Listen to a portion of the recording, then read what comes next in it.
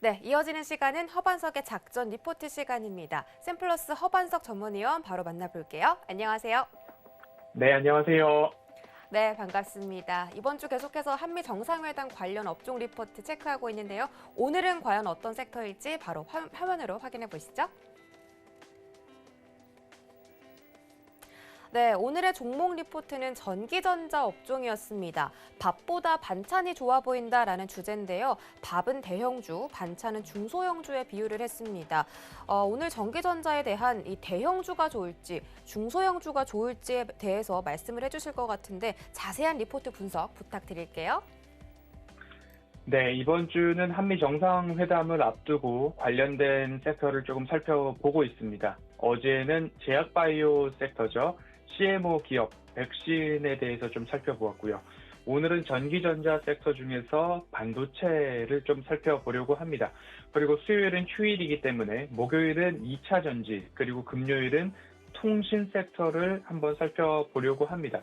한미 정상회담 21일 금요일 예정되어 있습니다. 우리 시간으로는 22일 그리고 23일 이렇게 소식들이 조금 전해질 것 같은데요.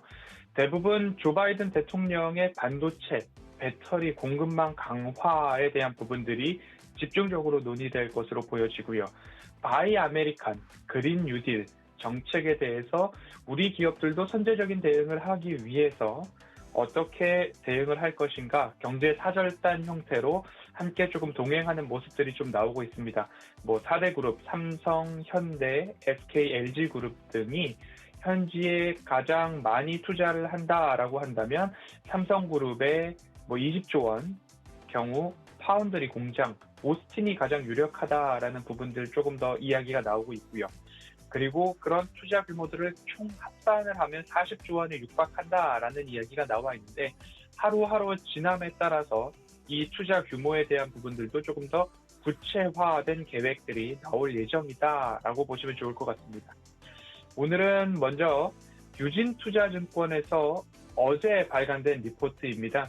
K 반도체 전략에 대해서 지난 목요일, 금요일 이야기가 나오고 있었는데 그 부분들을 한 번 더 되짚어본다라고 하면 지난 13일 삼성전자 평택 캠퍼스에서 열렸습니다. K 반도체 전략 2030년까지 누적 투자 규모로 510조 원 정도의 투자 규모를 이루어 나가겠다라는 발표가 있었고요. 정부는 R&D와 시설 투자에 대한 세액 공제 조금 더 늘려가겠다라는 부분들 발표가 있었고요. 그리고 지도상으로 봤을 때는 K자 모양의 반도체 벨트를 조성하겠다라는 계획이었습니다. 인프라 부분에 있어서 인력, 용수, 전기에 대한 부분들 국가적으로는 지원을 확대하겠다라는 부분들 제시가 있었고요. 최근 반도체 업황을 조금 본다 하면 미국발 인플레이션 우려가 있었죠. 그리고 4월 중국에서는 스마트폰 출하에 대한 부분도 조금 부진했다라고 평가가 되어지고 있고요. 코로나19 재확산을 포함한 대만 증시의 불안정까지도 좀 나타나고 있고요. 일부 헤지 펀드들은 대만 IT 섹터에 대한 숏 포지션 확대에 대한 부분들이 국내 증시까지도 이러한 영향이 IT 섹터로 좀 오고 있는 그런 흐름입니다. 이런 부분들을 봤을 때 앞으로의 우리 반도체 섹터는 어떤 흐름을 보일 것인가 집중해 보지 않을 수 없을 것 같습니다. 앞서서 말씀드렸던 K 반도체 벨트입니다. 용인을 중심으로 본다라고 한다면 소부장 클러스터라고 하는 50여 개의 기업이 동반 입주를 할 예정이고요. 그리고 판교를 본다라고 한다면 펩리스 관련된 기업들이 중점적으로 입지를 할 예정입니다. 그리고 천안과 괴산 이 부분으로 조금 본다라고 한다면 패키징을 거점으로 각각 육성을 하겠다는 전략. 그래서 파운드리부터 소부장, 그리고 패키징, 그리고 메모리, 펩리스 이런 부분들이 판교, 화성, 용인, 괴산, 천안 이쪽을 중심으로 봤을 때는 일종의 억지로 그렸다라고 말하기는 그렇지만 그래도 우리나라의 K 방역, K 반도체 이러한 것들을 조금 기억하기 쉽게 모양새를 이어나가는 그런 모습입니다. 반도체 투자 세액 공제가 확대되는 모습인데요. 뭐 반도체 R&D 비용의 최대 50%, 시설 투자 비용의 20%, 미국 같은 경우에는 최대 40%까지 세액 공제가 이루어간다라는 그런 모습인데요. 미국을 조금 더 살펴보면 반도체 설비 투자 최대 40% 세액 공제, 반도체 제주 연구개발 펀딩 지원 있고요. 그리고 생산 시설 구축 시 최대 30억 불 지원, 500억 달러 규모의 반도체 산업 지원안이 곧 발의될 예정이다라는 부분들이 이어지고 있습니다. 미국의 반도체 굴기, 바이든 대통령은 달리는 말에 편자를 달아줘서 더 잘 달리게 해야 하는데 그 편자를 고정하는 못이 바로 반도체다라는 이야기를 지난달부터 해오고 있습니다. 미국이라는 말이 더 잘 달리기 위해서 편자를 고정하는 이 반도체 정말 중요하다. 국가적 이슈로 그리고 국가적 사활을 걸고 뭐 예를 들면 국방수권법 같은 것까지 언급을 하면서 미국이 반도체 주도권과 시장 점유율, 생산율을 높여가겠다라는 부분들 기억해야 될 포인트 중에 하나다라고 말씀을 드리고 싶습니다. 또 하나의 리포트를 살펴볼 텐데요. 하나금융투자에서 어제 발간된 리포트입니다. 제목이 조금 재밌습니다. 밥보다 반찬이 좋아 보인다라는 리포트인데요. 밥은 대형주를 얘기하고 반찬은 중형주를 얘기하고 있습니다. 앞서서 말씀드렸던 최근에 반도체 업황이 좋지 않다라는 부분들을 좀 수치로 살펴보면 코스피와 코스닥이 약 1.45% 내외로 하락을 했고요. 그 사이 KRX 반도체 지수는 2배가 넘는 3% 넘게 좀 하락한 모습입니다. 필라델피아 반도체 지수 같은 경우는 4% 넘게 하락을 했고요. 대만 반도체 같은 지수 같은 경우에는 8% 넘게. 하지만 중국 반도체 지수는 유일하게 플러스를 보였던 모습입니다.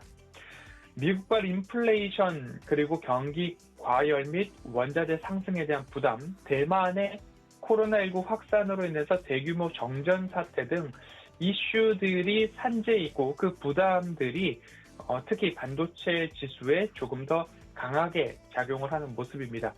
대만에서는 오늘 아침 뉴스만 하더라도 신규 확진자가 늘어나고 있고 그에 따라서 다시 한번 정전 사태가 나오고 있다라는 부분들의 뉴스가 지속적으로 전해지는 것을 보아서는 앞으로도 대만을 오늘 아침 시작할 때에 앵커님이 말씀하셨듯이 대만 지수 자체도 조금 예의주시하게 되는 형국의 흐름이 좀 나타나고 있던 모습입니다. 지난주 삼성전자와 SK하이닉스도 마찬가지로 2% 이상의 하락, 그리고 SK하이닉스 같은 경우에는 8% 이상의 부진한 주간 수익률을 좀 보였습니다. 다만 호실적을 발표한 기업들 중심으로는 중소형주 중심으로 견조한 흐름들이 좀 나타났는데요. 예를 들면 코미코 같은 경우에는 주간 수익률이 약 11%, 유니셈 같은 경우에는 주간 수익률이 4%를 넘는 흐름입니다. 하반기 흐름, 앞으로도 실적이 중요하다. 첫째도 실적, 둘째도 실적, 셋째도 실적이다라는 말씀 꼭 드리고 싶고요. 추후 기술적 반등이 나온다 하더라도 대형주보다는 중소형주의 빠른 반등이 있지 않을까라는 부분들 전망되고 있습니다.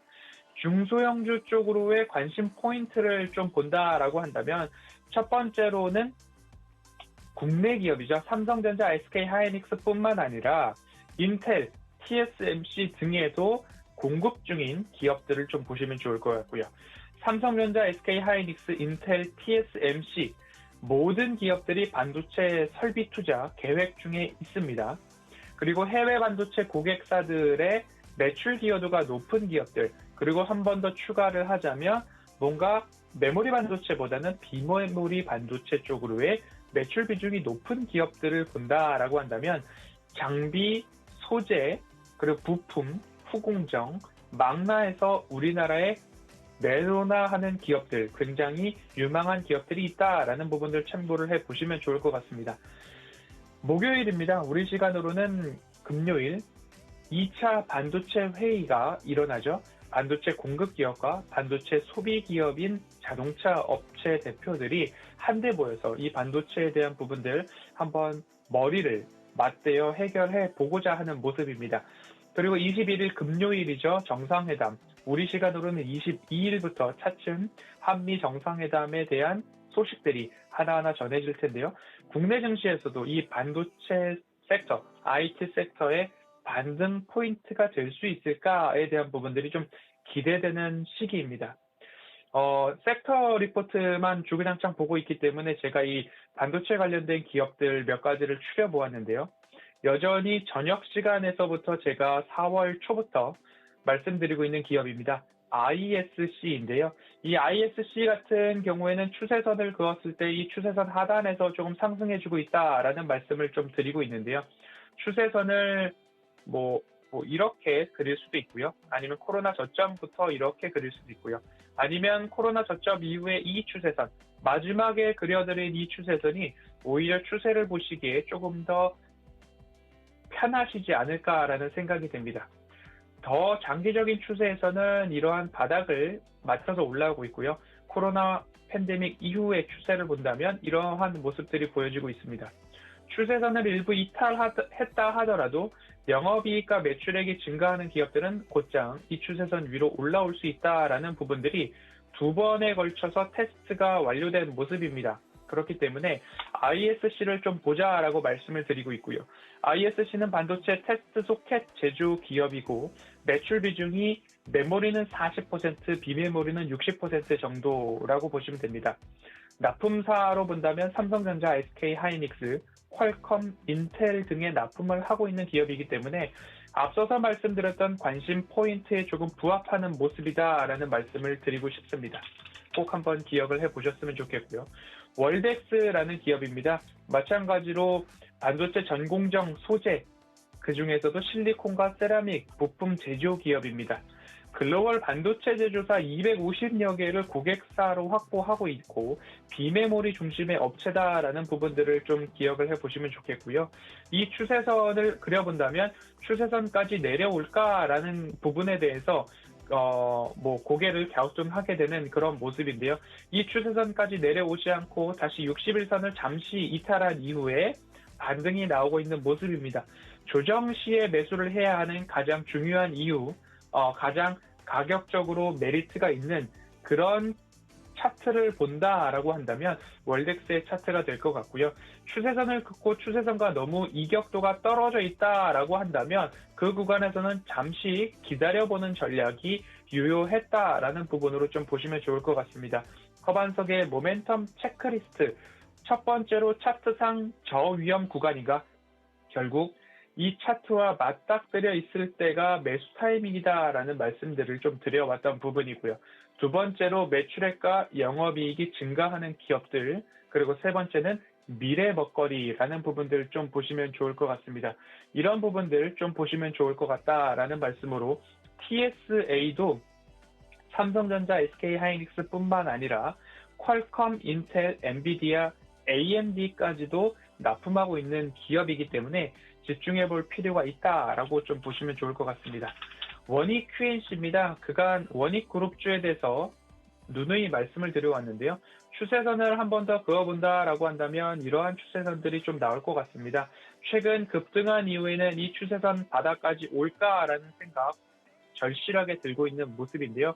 마찬가지로 가격적인 매력도가 있을 때 결국엔 조정이 나왔을 때 매수를 들어가야 된다라는 부분들이 좀 확인이 되고 있습니다. 반도체 쿼츠, 그리고 세라믹 부품 제조사라고 보시면 되겠고요. 2019년도 미국 반도체 소재 업체로부터 쿼츠 사업 부만을 인수한 기업입니다. 미국 법인을 통해서 인텔, 마이크론 등에 납품을 하고 있다라는 부분 조금 유망하다라고 보시면 좋을 것 같고요. 그리고 끝으로 강한 상승 이후에 조금 출렁이고 있는 모습인데요. 코미코입니다. 반도체 장비 부품 그리고 세정 및 코팅에 대한 납품이 있는 업체입니다. 결국 장비 업체들이 앞으로 삼성전자, SK 하이닉스뿐만 아니라 미국의 글로벌 반도체 기업들도 캐펙스 투자로 인해서 설비에 대한 부분들, 결국 장비가 들어가야 된다라는 부분으로 기억을 해보시면 좋을 것 같습니다. 코미코도 삼성전자, SK 하이닉스뿐만 아니라 해외 법인을 통해서 중화권 반도체 기업과 인텔 등에까지 납품을 하고 있다라고 보시면 좋겠습니다. 마찬가지로 추세선을 그었을 때, 이 추세 뭘까라는 부분입니다. 그러면 최근의 추세를 한번 그어본다면 이러한 추세가 나올 수 있습니다. 그러면 이 추세선 안에, 조금 가파른 추세선이지만 이 추세선 안에서 맞닿았을 때 매수 타이밍이 나오고 있다라는 부분이기 때문에 이 추세선을 댁에서도 시청자분들 한번 그려보시고 어떻게 대응을 하면 좋을까라는 부분으로 한번 살펴보시면 좋을 것 같습니다. 이 기업을 빼놓으면 조금 아쉬울 것 같아서 원익 IPS까지 좀 살펴보도록 하겠습니다. 원익 IPS의 장기 추세선을 그어보면 이러한 흐름들이, 그리고 평행한 추세선을 그어보면 이러한 흐름들이 좀 나올 것 같습니다. 그러면 새로운 추세선이 마련되는 건가에 대한 부분들 한번 고민을 해보셔서 추세선마다 한번 분할로 매수를 하고 주식을 하루 이틀 하실 것이 아니라 더 오랫동안 시장 참여자로서 나는 시장 수익률 이상의 수익률을 본다라고 한다면 일단 잃지 않는 매매를 조금 접근을 하셨으면 좋겠고요. 그 중에서 가장 중요한 건 가격 매력도, 위험하지 않은 구간에서 매수를 해 나가야 된다라는 부분들 한번 참고해 보셨으면 좋겠습니다.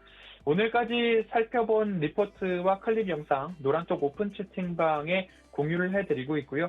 반도체 업황에 대해서 함께 고민을 하고 의견을 나누고, 오늘 제가 관심적으로 말씀드렸던 ISC, 월덱스, TSE, 원익 QNC, 코미코, 원익 IPS 정도는 그래도 반도체 업황이 다시 되살아날 때에 참 참고해 볼 만한, 나의 관심 노트에도 기록해 놓고 추적해 볼 만한 그런 기업들이다라고 오늘은 여기까지 살펴보도록 하겠습니다.